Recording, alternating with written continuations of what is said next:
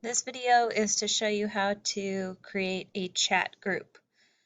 This can replace the group, the private group, and is a little bit easier for students to find and manage. So to get to your chat group or to create a chat group, you want to click on the chat function, not in your video, but over here on the left-hand side where it says chat.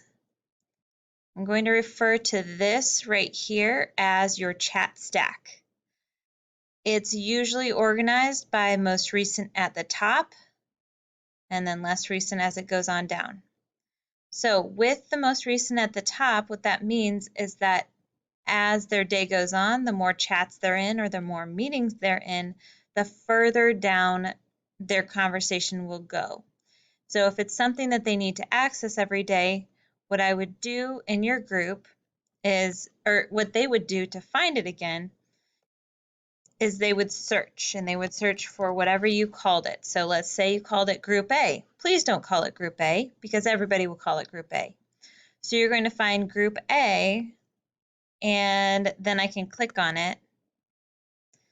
And then here I can share my screen. As a student, students can't video call each other.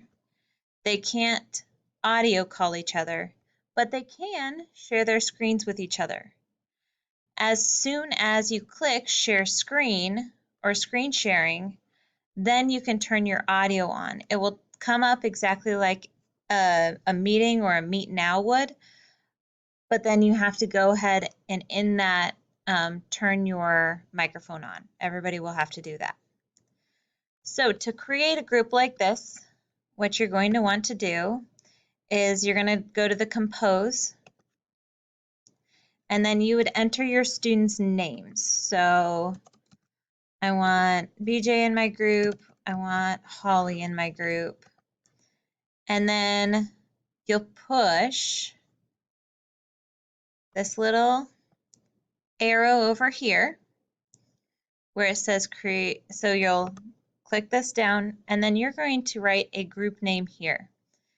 You're going to want to make it a unique name so that as people become more familiar with this and decide that they may want to use this chat group feature, you want to make it unique enough so that students remember which one is yours. So I might say biology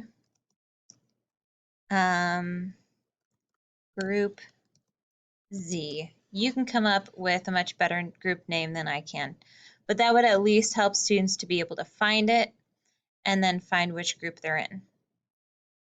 And then once you've done that, you'll need to type a new message.